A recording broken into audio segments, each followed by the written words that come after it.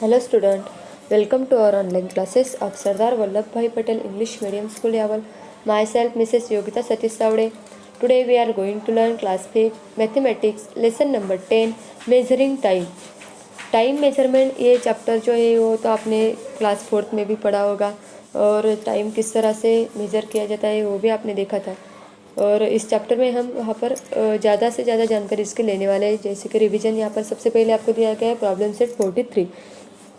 Right the time shown in the east clock in the box given below it.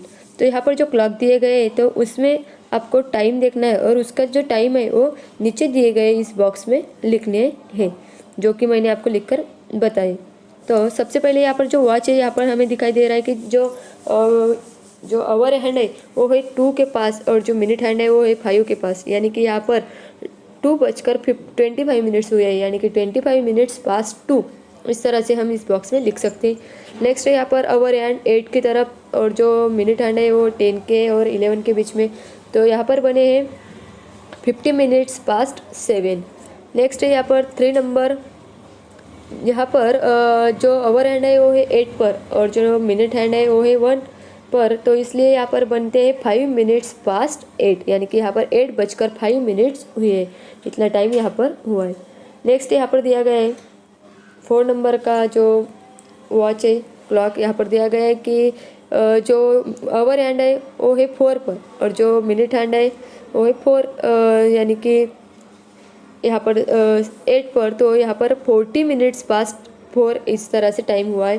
तो यहाँ पर मैंने जानबूझ के नंबर्स नहीं डाले थे क्योंकि आप समझ सकते हैं कि कोई वॉच जो रहती है तो हर एक क्लॉक में नंबर्स नहीं होते, तो यहाँ पर रोमन नंबर्स भी दिए जाते हैं या सिर्फ यहाँ इस तरह से लाइंस दी जाती है, इसलिए आपके समझ में आना चाहिए, तो मैंने यहाँ पर नंबर्स नहीं डाले थे।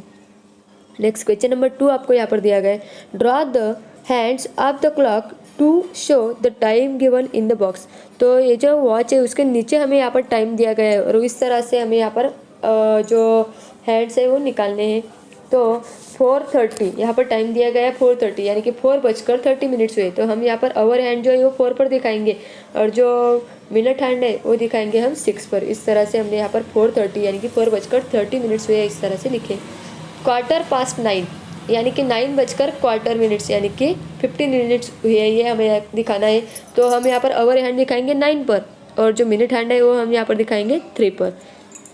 नेक्स्ट है यहाँ पर 4:45 यानी कि 5 बजने के लिए 15 मिनट्स बाकी है या क्वार्टर मिनट बाकी है, तो तब हम यहाँ पर दिखाएंगे आवर हैंड 5 पर और जो मिनट हैंड है वो हम दिखाएंगे 9 पर। नेक्स्ट है यहाँ पर 20 मिनट्स पास्ट 11:20 हुए, तो यहाँ पर हम जो आवर हैंड है वो दिखाएंगे 11 पर और जो मिनट हैंड है वो दिखाएंगे 4 पर। तो इस तरह से टाइम बनता है 20 मिनट्स पास्ट 11, यानी कि 11:20 ऐसा टाइम यहाँ पर हुआ है। नेक्स्ट क्वेश्चन नंबर 3 हमें यहाँ पर दिया गया है, if a bus that leaves Nashik at 5 o'clock in the morning reaches Pune that same day at 10:30 in the morning, how long does the journey take?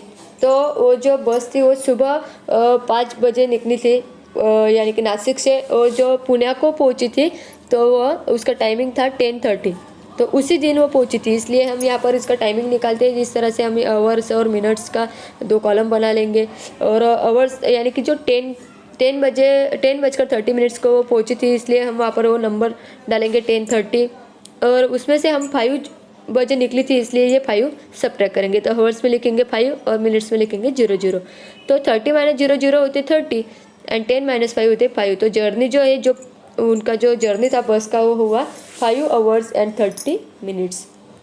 Next 4 number का जो question है वो भी एकदम सिंपल दिया गया है, a play that was to start at 9:15 at night was delayed by half an hour because of a low power outage, what time did the play start? Play means नाटक, तो ये जो नाटक शुरू होने वाला था तो उसका टाइमिंग था 9:15 का रात में, और वो जो था वो डिले हो चुका था कितने कितनी देर के लिए, तो हाफ एन आवर के लिए, यानी कि आधा घंटे के लिए वो डिले हो चुका।